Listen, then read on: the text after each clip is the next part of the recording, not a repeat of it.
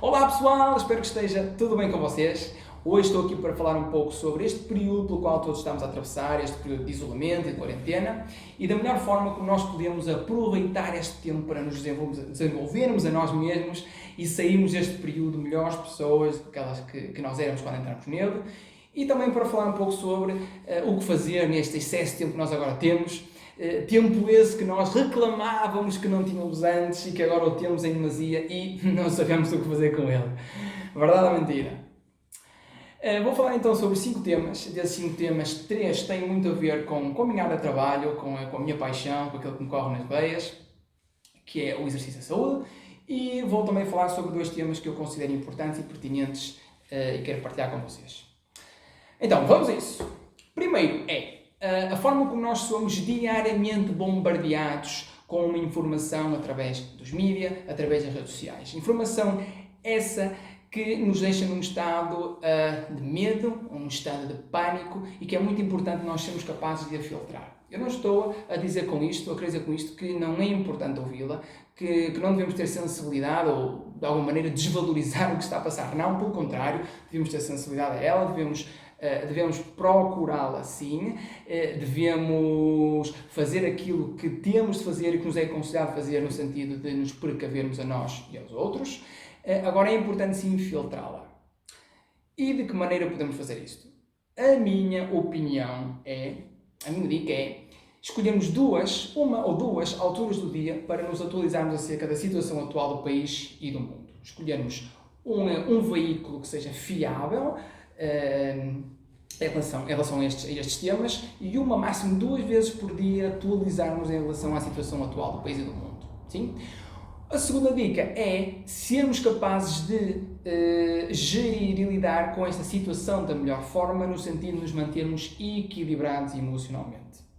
E vou explicar este último tema com uma metáfora. Metáfora essa que foi utilizada também pela Susana Torres, uma coach, numa masterclass que ela deu, e parece-me importante fazer referência a ela, porque a metáfora é dela. E a metáfora é a seguinte: termómetro, termostato. Há pessoas, e muitas, que estão a funcionar como um termómetro e há outras, e espero que hajam mais após este vídeo, a funcionar como um termostato. Então, um termómetro o que é que faz? Ele mede a temperatura. Nós colocamos debaixo do braço e ele mede a temperatura, avalia o resultado e mede-nos.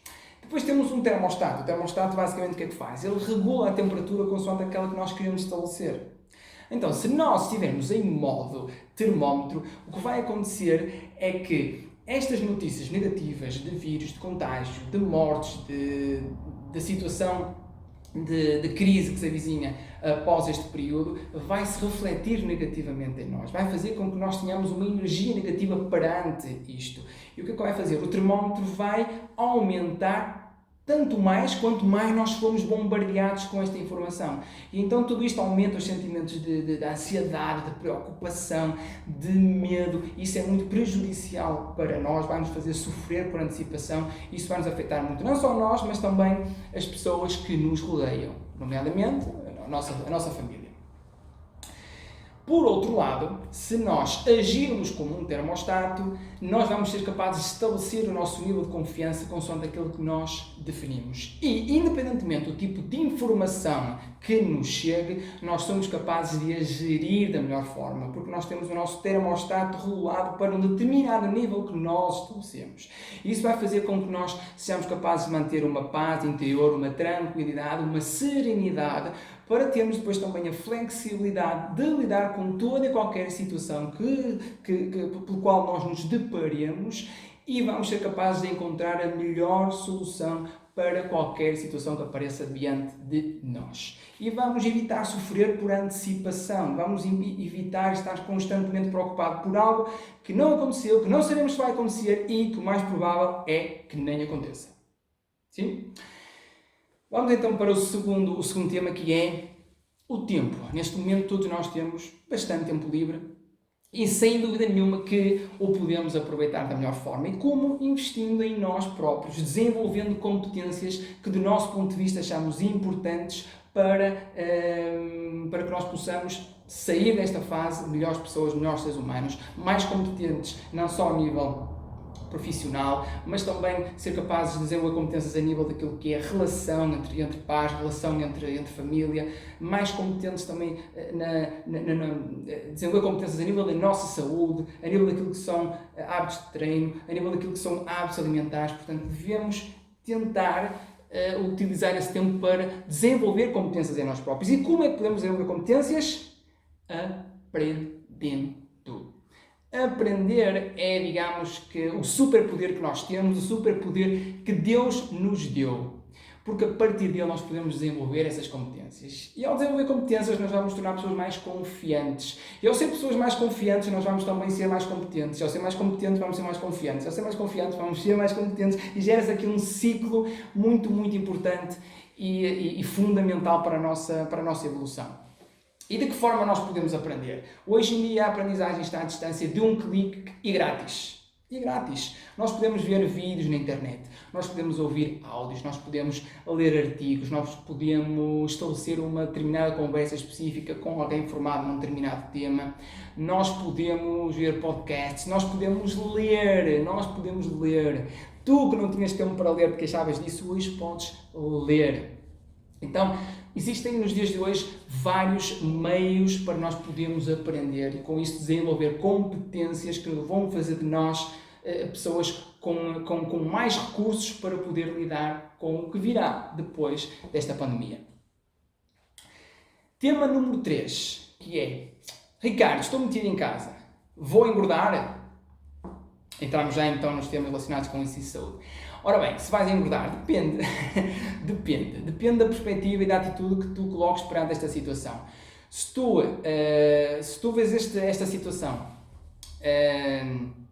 da seguinte forma: ok, os ginásios estão fechados, não posso fazer exercício físico, também estou metido em casa, custa-me um bocadinho manter esta alimentação saudável, isto estressa-me, isto é aborrecido, vou picando aqui e ali, período por 100, período por 1000. Durante esta fase não vou ser rigoroso, não vou deixar de ser disciplinado com a minha dieta e quando tudo isto passar, aí sim volto ao normal. Ora bem, o que acontece aqui? A nossa atividade física baixa e a nossa ingestão calórica aumenta. Portanto, se o meu gasto calórico diminui e a minha ingestão calórica aumenta, eu naturalmente vou engordar. E outra situação também aqui é muito agravante, que agrava ainda mais, é quando tudo isto terminar e tu voltares aos teus hábitos anteriores, tu vais perceber que vais ter que te esforçar muito mais para estar como estavas antes. Nem é para melhorar, é para estar como estavas antes. E isso vai ser muito desmotivador, porque tu passaste por um determinado processo, tu vais-te lembrar dele e vais realmente ver que requer muito esforço para estar como estavas antes. Com o mesmo peso de antes, com a mesma condição física que antes, isso é desmotivador e provavelmente vais desistir. Por outro lado, há uma outra perspectiva, que é, muito bem, o que é que eu posso fazer nesta situação para manter a minha atividade física e para manter hábitos de vida saudáveis? E então sim, conseguir manter o meu peso ou até mesmo emagrecer. Sim? E sobre estes dois temas vou falar agora, que é o quarto e o quinto. O quarto está então relacionado com estratégias que eu posso ter no sentido de não andar constantemente a picar aqui, picar ali, ir ao armário, ir ao frigorífico, porque se eu já tinha uma alimentação saudável, eu posso mantê-la. O que acontece é que agora estou mais tempo em casa e a tendência de picar aqui, picar ali é maior. E então, aí sim, nós podemos assumir algumas estratégias em que eu agora vou dar então algumas dicas, que é, quando vou ao supermercado, devo evitar entrar nos corredores das comidas processadas, comidas com alta densidade calórica, comidas que sejam pouco nutritivas para nós.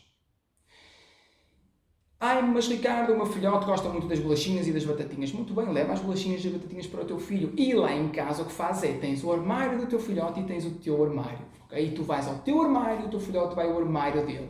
Okay? Nada de recair por uma batatinha, nada de recair por uma bolachinha, porque assim, se tu perdes contra uma bolachinha e contra uma batatinha, vais ganhar contra quem? Pensa nisso. Outra dica em relação, por exemplo, ao frigorífico, que é, procura colocar no frigorífico à frente, ou no teu campo de visão, quando tu abres, alimentos saudáveis. Verduras, frutas, iogurtes, ovos, frutos secos, gelatina light, ou seja, produtos que sejam saudáveis dentro do teu campo de visão. Tá bem? E os menos saudáveis lá atrás, porque assim não vais ter a tendência de ir buscar o que está lá atrás, abres o frigorífico, que está no teu campo de visão, a tendência é pegar no que está mais à mão, e é importante que o que está mais à mão seja comida saudável.